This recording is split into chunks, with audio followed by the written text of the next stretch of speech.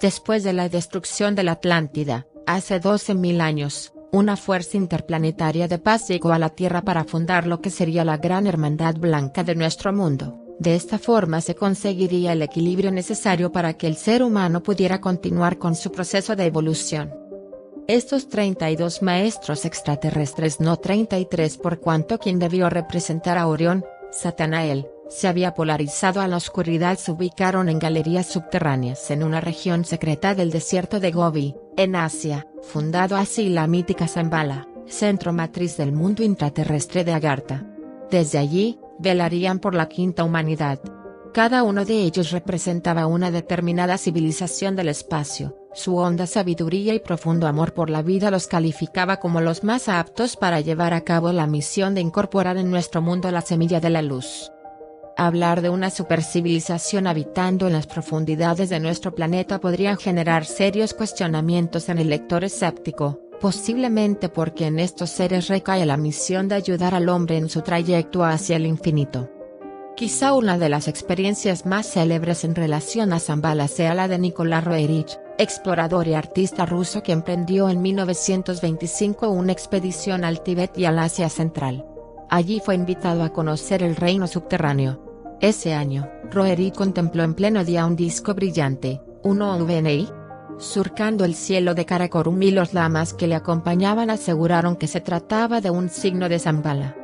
Nikolai Roerich, junto al sueco Svenedin y su antepasado ruso Nikolai Przewalski, fueron los primeros occidentales después de Marco Polo en adentrarse en la cultura de Oriente. En la historia de diferentes pueblos de la Tierra encontramos claras insinuaciones a ese mundo interior, un lugar secreto donde se reúnen los grandes sabios, los rishis o mahatmas, que solo permiten el ingreso a su mundo a los que han sido llamados. Es pues, en Oriente, donde existen mayores referencias al reino subterráneo. A estos maestros de luz intraterrenos se habría referido Totel Atlante en las tablas Esmeralda cuando menciona 32 están ahí de los hijos de la luz, quienes han venido a vivir entre la humanidad buscando cómo liberar de la esclavitud de las tinieblas a los que estaban atrapados por la fuerza del más allá. Los 33 maestros cósmicos, en verdad, como ya adelantamos, la nave estelar que trajo consigo a 32 seres extraterrestres para fundar Shambhala en el Gobi, se hallaba diseñada para 33 maestros cósmicos. Cada maestro representaría una civilización distinta en el universo, pero, como la civilización 33, que corresponde a la constelación de Orión, protagonizó una guerra espacial, no se permitió que viniese un representante de aquel cúmulo de estrellas Satanael, quedando al ser humano reemplazar a Orión como la civilización número 33, teniendo en cuenta que, en cierta medida, somos hijos de Orión. Los dioses aparecieron en sus respectivos vehículos voladores para presenciar la batalla entre Kripakarya y Arjuna. Incluso Indra, el señor del cielo, llegó montado en un vehículo volador especial con capacidad para 33 seres divinos. Bhagavata Purana, texto antiguo de la India. No en vano, el número 33 se encuentra inmerso en la vida del hombre, desde su ubicación en la galaxia, a 33.000 años luz del Sol central. Al maná que cayó del cielo para asistir al pueblo hebreo por 33 días, quizá de allí provenga la denominación manásico para el Sol central. Además, esta clave numérica se encuentra también en las 33 vértebras de la columna humana que se pueden apreciar claramente en los primeros años de vida. Más tarde, con el crecimiento humano, algunas de ellas se unen a otras que funcionan como antena energética. También es sugerente apreciar que en diversas escuelas esotéricas, como la Rosacruz y la masonería, la principal jerarquía es el grado 33. Y para pensar un poco más, el Maestro Jesús murió y resucitó según algunos estudiosos a los 33 años de edad, y en relación a la mítica huida inca al Paititi, esta se habría producido en el año 1533. Una vez que los mentores de la luz se establecieron en el Gobi, en sus salones de Amenti y templos intraterrestres que ya habían sido acondicionados por seres procedentes de Sirio, construyeron un impresionante disco metálico, hecho con una extraña aleación de minerales extraterrestres y de nuestro planeta. Creación del gran disco solar. Se trataba pues, del disco solar, una llave que abre las puertas entre las dimensiones y que puede llevar al planeta entero al real tiempo del universo. Asimismo, el disco representaba el Sol central de la galaxia, fuente importante de energía que llega a toda nuestra Vía Láctea, bañándola con la transmutadora fuerza de la luz violeta. Está de más afirmar que las radiaciones solares o energía cilial de nuestro propio Sol, son también canalizadas por el poderoso disco de los maestros. En los mundos evolucionados se aprovecha al máximo el poder de las estrellas. El disco solar se constituiría en el santo emblema de la Hermandad Blanca, representado gráficamente con la figura de 3 círculos concéntricos, los 3 planos, los 3 universos, la Trinidad Sagrada y la ley del triángulo. No obstante, la jerarquía venida del espacio sabía que no podría prolongarse indefinidamente en sus cuerpos físicos. Fue entonces que los 32 mentores de la luz vieron en los Stegnanes, mestizos mentores, que habían sobrevivido en bases subterráneas a la destrucción de la Atlántida, el reemplazo perfecto. Muchos de ellos, sabios sacerdotes que trabajaban por la luz, habían emigrado a diferentes regiones del mundo, evitando perecer ellos y sus sagrados archivos del conocimiento en el Holocausto Atlante. Llegaron a América Central, a Sudamérica, a África, India y a Europa. Desde ahí y en su interior, junto con los guías o instructores, comenzaron a sembrar la semilla de acuerdo a los designios heredados de los 32 mentores para rescatar el proceso del despertar de la conciencia humana y así, acercarle a los hombres el conocimiento, su verdadera historia, la cual ellos ahora custodian. Uno de los primeros grupos en ser instruido después de la destrucción de la Atlántida o el diluvio universal fue el sumerio. Jesús fue una persona de nuestro planeta, no un extraterrestre, más bien un terrestre extra, que a través de múltiples encarnaciones alcanzó un alto nivel de evolución. Ya no necesitaba encarnar, sin embargo, por amor a la humanidad aceptó volver, como el Maitreya o Buda de la compasión, para compartir su iluminación y guiar a la humanidad hacia la paz y la verdadera felicidad del amor y servicio. Era muy importante que alguien de ese nivel viniese y nos recordara la gran expectativa a nivel cósmico que pesa sobre nuestro planeta. Por ello él vino una vez más, dejando atrás su lugar como Gran Señor de Zambaya, ya que se encontraba espiritualmente dirigiendo a la Gran Hermandad Blanca de la Tierra en el intramundo. Jesús era un ser humano extraordinario que progresó con gran esfuerzo a través de sus diversas existencias en nuestro planeta. El Mesías llegó al nivel de no solo aceptar volver, sino prepararse para sufrir en carne propia lo que es la purificación planetaria mediante pruebas muy duras en lo material, moral, psíquico y espiritual. Las máximas pruebas a las que estuvo sujeto se canalizaron por medio de la inconsciencia, la incomprensión, el egoísmo, la ignorancia y la necedad de los demás, que en resumen no es otra cosa que el miedo al cambio y la transformación. Pero solo así se podía sacar a la humanidad del error y hacerles recordar su responsabilidad colectiva, mostrando como alternativa el ejemplo de comprensión y de amor sintetizados en el perdón, que llega a ser una fuerza tal, que supera incluso la muerte física y da poder espiritual sobre la materia. Él tenía que conmover a otros iniciando una reacción en cadena de espiritualidad, motivándonos con su ejemplo y actitud a intentarlo también, trascendiendo los esquemas y prejuicios, los dogmas y todo aquello que resta libertad a la mente, al alma y al corazón. Además, la vida de Jesús fue una lección de sencilla y práctica espiritualidad, en donde la enseñanza más profunda fue recordarnos nuestro lugar, aquel sitio al que nos ha sido asignado por las jerarquías en el plan cósmico. La Tierra, como ya sabemos, se encuentra en un tiempo alterno respecto al real tiempo del universo, por lo cual, la presencia de Jesús, o también llamado el Señor del Tiempo, por su dominio y autoridad sobre la cuarta dimensión producto de su avance espiritual, permitió comenzar a reconectar los dos tiempos, asegurando con ello una continuidad en el proceso, ya que los acontecimientos presentados en nuestro mundo estaban complicándose cada vez más, escapando de cualquier control u orientación posible de parte de los extraterrestres vigilantes.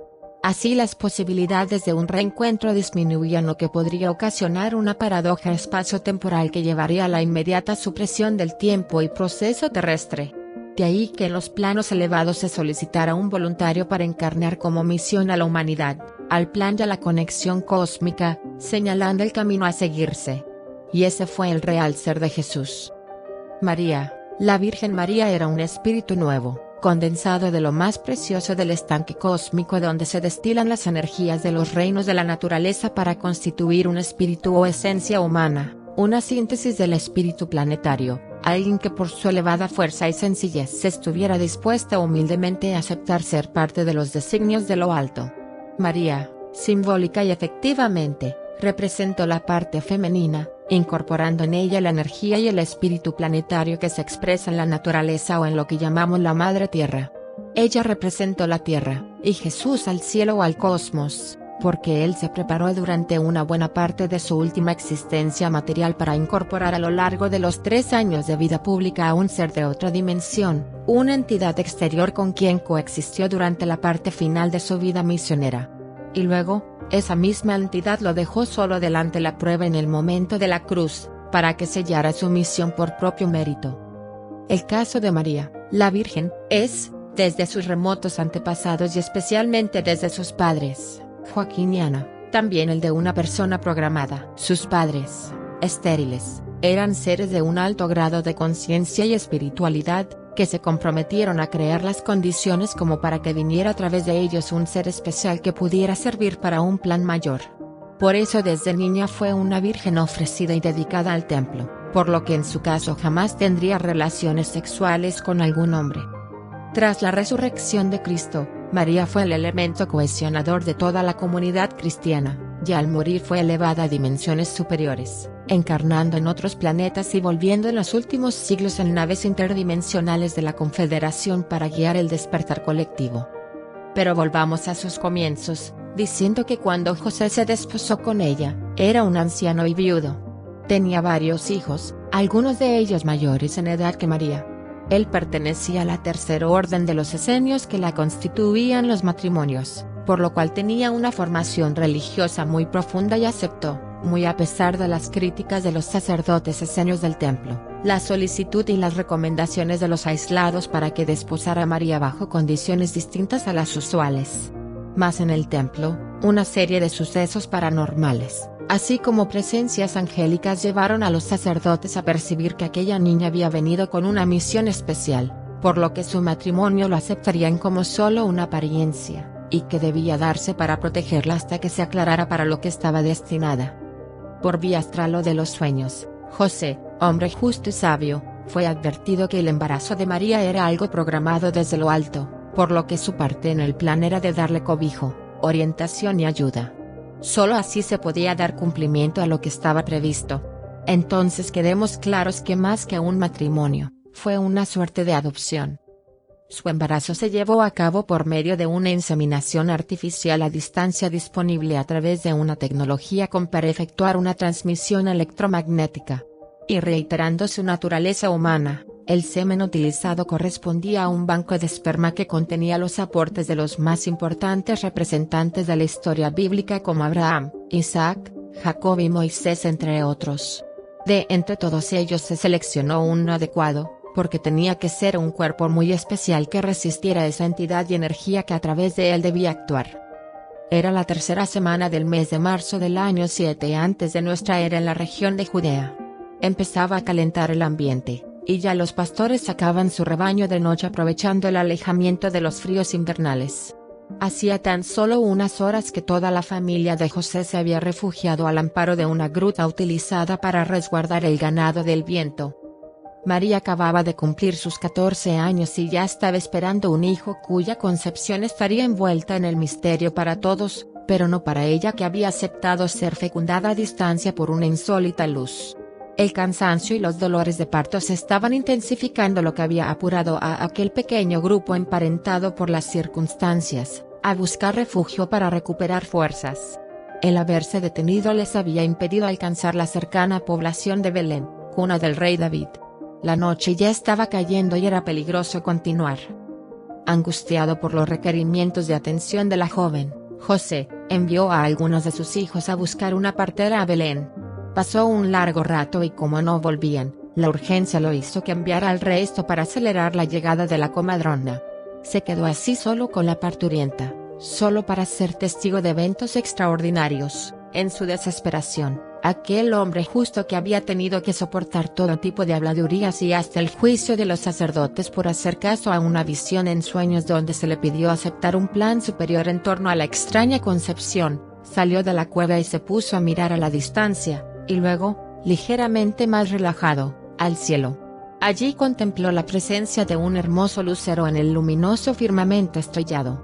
Pero este lucero no se mantuvo quieto, sino que empezó a hacer toda suerte de movimientos en zigzag, y luego se colocó en la vertical donde él se encontraba, empezando a descender vertiginosamente acompañado de una explosión, liberando un extraño vapor a manera de niebla, transformándose rápidamente en una nube, pero clara y brillante.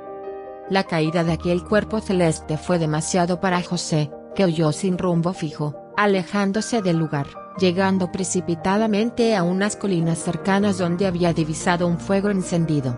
Allí se encontraban un grupo de pastores cerca de sus animales. En su angustia ni siquiera se presentó, solo quería llamar su atención para que vieran cómo la nube había descendido sobre el improvisado albergue de la gruta. Aún no había recuperado el aliento ni se había calmado del primer susto cuando, al hablarles a gritos a aquel grupo de hombres rudos, observó que las flamas del fuego estaban quietas, el viento se había calmado, los pastores estaban estáticos, inmóviles, y el ganado tenía la hierba en la boca pero no le estaba comiendo, ni se movía. Era como si el tiempo se hubiese detenido para dar cabida a una nueva realidad, la de la esperanza. Se había formado un portal hacia la cuarta dimensión. En ese instante era como si el universo hubiese descendido en la tierra, como comprimiéndose sobre su cabeza y dejando a continuación solo una ventana hacia la nada o hacia el todo. El susto fue mayúsculo para José, que inmediatamente recordó haber dejado sola a María, por lo que volvió por donde había venido tan rápido como se lo permitían sus cansadas piernas. Al irse acercando pudo contemplar cómo de la nube, que se mantenía a unos 10 metros por encima del suelo, pero cubriendo la mayor parte de la cueva, descendió un haz de luz azul brillante y a través de él, bajaron 3 seres luminosos de apariencia humana, pero muy altos en comparación de los extranjeros que solían venir por los caminos de aquella provincia romana. Aquellos hombres de resplandecientes túnicas blancas se dirigieron directamente hacia el interior de la cueva, y José, venciendo sus miedos, fue detrás de ellos. Dentro estaba María acostada sobre la paja que servía de granero al ganado. Ella recibió con expectación y alivio aquellos enviados del cielo. La carga de la responsabilidad y de la incomprensión de los demás a lo largo de los meses después de que se conoció su embarazo había sido insufribles.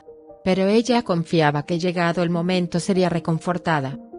2 de los luminosos seres se colocaron a los lados de la joven, mientras que el del medio se mantuvo frente a ella. Inmediatamente los 3 visitantes se inclinaron ante María en señal de respeto y reconocimiento de su persona y su sacrificio. Ella estaba representando y a la vez encarnando a la nueva mujer, a la nueva tierra, a la Madre Cósmica. Aquellos que se encontraban en los laterales extendieron sus manos a cierta distancia por encima del vientre de ella, mientras que aquel que se encontraba al frente lo descubrió respetuosamente. Luego alzó sus manos, juntando las palmas y separando los dedos. En ese momento una poderosa energía a manera de esfera de luz se concentró entre las manos y al descender con ellas hacia la joven postrada, efectuó una cesárea totalmente aséptica, extrayendo del interior de la madre al niño predestinado, cortando de inmediato con la misma energía movilizada el cordón umbilical y procediendo de inmediato a limpiarlo, lo depositaron en los brazos de la madre. Luego, aquel que llevó a cabo la operación selló la herida con la luz, de tal manera que María, la Virgen del Templo, fue virgen antes, durante y después del parto. Era un 19 de marzo. Recordemos que fechar el nacimiento de Jesús años antes de lo que tradicionalmente se supone es un hecho que está sustentado por diversos antecedentes históricos. Ello se ha determinado a partir de 2 supuestos errores detectados en los documentos en donde se asientan los acontecimientos. El primer error se cometió cuando el emperador Carlomagno dispuso la modificación del calendario con el fin de no tomar como referencia la fundación de Roma, sino el nacimiento del Salvador, fecha que hizo coincidir con la muerte de Herodes el Grande, siendo que ésta tuvo lugar 4 años después que Jesús llegase al mundo. El segundo error data de la época del Papa Gregorio. En este caso el calendario sería modificado sin tener en cuenta el censo que Octavio Augusto mandara a realizar en Judea, por lo cual se añadieron 3 años a la ya desfasada fecha. Jesús tampoco nació en diciembre. La confusión viene que el día 25 de diciembre se celebraba en Roma la fiesta pagana del Sol, ocasión en que se hacían regalos a los niños. Al convertirse el Imperio Romano al cristianismo, para no perder la costumbre de celebrar esta fecha y al desconocer el día exacto del nacimiento de Jesús, este se sobrepuso quedando estrechamente relacionado con aquella fiesta popular. Y volviendo al relato, fueron entonces estos seres estelares, los primeros en rendirle homenaje a aquel que, teniendo el mismo nivel que ellos, venía a la tierra, para llegar a ser más que ellos. Pasaron 2 años en que la familia, debido al portento vivenciado en el lugar, se había radicado en Belén. Fue entonces que llegaron a Judea los llamados Magos de Oriente, miembros de una secreta orden mundial positiva conocida como la Hermandad Blanca de los Retiros Interiores. Ellos venían siguiendo una misteriosa estrella, que no era otra cosa que una nave portadora de los mensajeros del cielo, de los ángeles de antiguo, la que terminó deteniéndose sobre el lugar donde la familia vivía. Hasta allí fueron aquellos hombres santos que habían partido hacía 2 años desde Mesopotamia después de haber realizado toda suerte de cálculos astrológicos. Venían trayéndole al niño objetos que le habían pertenecido en su vida anterior, los cuales el pequeño Yeshua ben Yosef, tal era su nombre, pudo reconocer sin dificultad entre otros más atractivos. Fueron suficientes los cálculos y las sincronías para saber que él era el enviado, el liberador, el Mesías esperado, aquel ungido desde antiguo para sacar a la humanidad del único original pecado que arrastra, que es la ignorancia. Los magos maestros a continuación entregaron a la familia recursos económicos para que se pudieran radicar en Egipto durante algunos años, para preservar así la vida del niño. Después de esto, alabaron a Dios y se regresaron por otro camino conscientes que se había iniciado un tiempo nuevo lleno de esperanza, y que algún día la humanidad lo entendería y asumiría el reto de su propia cristificación. Como un dato adicional, para comprender mejor la misión de Jesús, debemos recordar que vivimos en un universo material de 7 dimensiones, por lo cual poseemos 7 cuerpos para actuar en aquellas dimensiones. La mayoría de los individuos que habitan nuestro mundo son seres de 3,3, lo cual significa que se mueven dentro de la tercera dimensión con sus 3 primeros vehículos: el cuerpo físico, el astral y el mental inferior, que es el carácter y la personalidad. Pero Jesús era un 3,6 habiendo llegado a desarrollar en vidas anteriores su conciencia espiritual, que es el 6. Mientras que los extraterrestres que nos visitan son seres de 4,4 y 4,5, esto es, que se mueven en una cuarta dimensión viajando a través del tiempo y del espacio, y con una conciencia de su potencial psíquico en adelante. Los que asistieron al nacimiento del Maestro Jesús eran 6,6. Después de su resurrección, Jesús pasó a ser 4,7 nivel de séptima que nadie había alcanzado hasta ese momento, abriendo la puerta a realizaciones mayores de la propia humanidad. Veamos esto en las siguientes líneas. La familia abandonó sigilosamente Belén y la provincia, trasladándose a Alejandría en Egipto, ubicándose al lado de los esenios alejandrinos conocidos como los terapeutas, donde permanecieron hasta que el niño cumplió los 5 años de edad, considerando entonces el momento de volver y estableciéndose por espacio de 1 año en una tienda de beduinos al lado del monasterio de Qumrán a orillas del Mar Muerto, recibiendo así la familia, especialmente el niño, una educación y orientación especial basada en la búsqueda de la verdadera pureza, la perfección y la bondad. La historia de los esenios data de 200 años antes de Cristo. En ese entonces se les conocía como nazarenos, del árabe Nezrani o guardianes de la alianza, y formaban pequeñas comunidades asentadas a orillas del Mar Muerto y cerca de las grandes ciudades como Tiberíades y Caná, donde vivían observando fielmente los mandamientos de la ley mediante votos de pureza, celibato y servicio a Dios.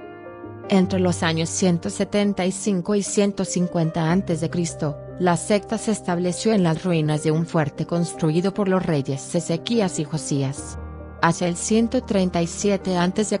arribó un segundo grupo, los llamados sacerdotes de Sadoc, procedentes de Leontópolis, Egipto, donde se había establecido una colonia judía en el año 154, bajo la protección Oniasii. Este grupo se consideraba sucesor en línea directa del sumo sacerdote Sadoc y se sabe que los manuscritos bíblicos que obraban en su poder sirvieron de patrón para los trabajos de los copistas de Qumrán. El fundador del movimiento espiritual fue Moresedec, el maestro de la justicia, quien fue el restaurador de la ley de Israel y fundador de la comunidad de la Alianza, cuya misión era recuperar la esencia de la doctrina a través de una vida espiritual. Posteriormente, José y su familia se instalaron en forma definitiva en lo que conocemos como Nazaret, en donde existía una pequeña aldea de familias esenias que tenía talleres y atendían con sus servicios profesionales a otros pueblos y aldeas cercanas. Entre esos talleres estaba el de carpintería y ebanistería de José. Allí Jesús trabajaba al lado de sus hermanastros, y desde ese lugar realizó algunos de sus viajes de preparación recordando con ellos iniciaciones pasadas. Desde los 17 años, él alternó temporadas de trabajo en la carpintería con esporádicas convivencias con los esenios, algunos viajes con caravanas a Mesopotamia, Persia, Afganistán, el Himalaya y la India. Durante ese tiempo tuvo repetidos contactos y encuentros cercanos físicos con los vigilantes y guardianes extraterrestres, la Hermandad Blanca de los Retiros Interiores, maestros de diversas religiones y escuelas, pueblos exóticos y realidades crueles y duras, así como innumerables experiencias a niveles astrales y espirituales que lo prepararían para enfrentar su misión y la tentación intrínseca que ésta llevaba. En sus 40 días de aislamiento en el desierto, durante los cuales ayunó y se preparó para lo que sería su misión pública, Jesús es tentado por los demonios, por las fuerzas oscuras del planeta que le dicen que si tiene hambre, ¿por qué no convierte las piedras en panes? Mas él les contesta que no solo de pan vivirá el hombre, sino de toda palabra salida de la boca de Dios, dándoles a entender que uno puede dejar de comer, pero no de respirar, porque la palabra es el aliento es la respiración. Lo lleva a la cornisa del templo y le dice que se arroje, ya que si va a empezar una misión tan peligrosa como la que tiene programada, es mejor que sepa desde ya, qué tan cerca realmente está Dios de su vida. Jesús le contesta, escrito está: no tentarás al Señor, tu Dios. No le está diciendo, no me tientes a mí, yo soy tu Dios, sino que no va a caer en el juego de tentar a Dios que le demuestre lo tan cerca que está de él. Después lo lleva a lo alto de una montaña y mostrándole todo lo que tiene debajo, le dice que todo eso le dará si se postra a él y lo adora. Jesús vuelve a contestarle diciendo, escrito está que solo ante Dios te postrarás y solo a él adorarás. No le está diciendo no adórame a mí. Naturalmente esa era la respuesta de un ser como él que no iba a caer en el juego de la vanidad o de los egos, teniendo por ese entonces ya mucho más claro el rol al cual se había comprometido. No fue precisamente en el momento en que Juan lo bautizó en el río Jordán en que se incorporaría el Hijo de Dios en el Hijo del Hombre. Esto sucedería gradualmente después cuando comenzó a reunir a sus discípulos. Jesús brindó sus 7 cuerpos para que en un octavo superior, un ser ultraterrestre procedente de la octava dimensión en adelante, contribuyera a marcar el camino de la humanidad. El Cristo cósmico señala a aquella entidad del universo mental que asumiendo su parte en el plan, convivió los 3 años de la vida pública de Jesús, con él y en él.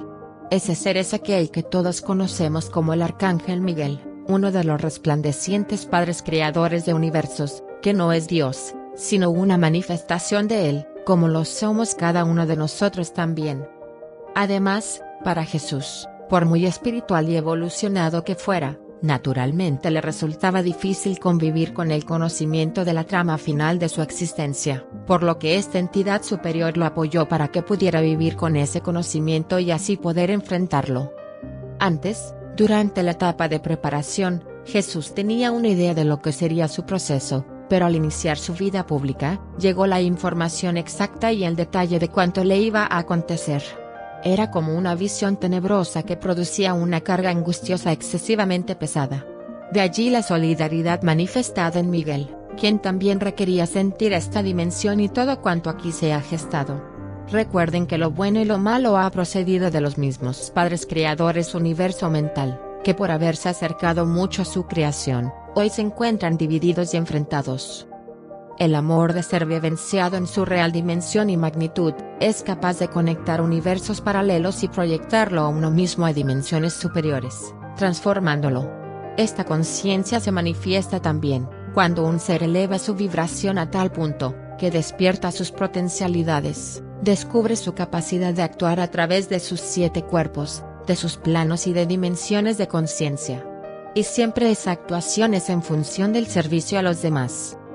Durante sus 3 años de vida pública, Jesús transmitió un mensaje de liberación a través del amor y la verdad. Hablaba que el reino de los cielos es un estado de conciencia al que se puede acceder por medio de la voluntad y la fe para sobrevivir a la muerte mediante una nueva alianza de lo eterno y lo interno. Jesús pudo soportar la inmisericordia y flagelación así como toda la angustia, el desaliento y miedo por cuanto no estaba solo, pero no por ello dejaba de sentir o sufrir, si no sería menos meritorio su sacrificio. Pero Miguel sí dejó al Hijo del Hombre, separándose de él en el momento de la cruz. Es durante la agonía de la crucifixión que Jesús expresó su inquietud porque se sintió solo y abandonado, pero era necesario que así fuese para que el ser material pudiese morir y él mismo, procurase con gran esfuerzo y supremo mérito, sellar su gran triunfo espiritual alcanzando la 7ª dimensión de la conciencia en un acto de amor de inigualable repercusión cósmica.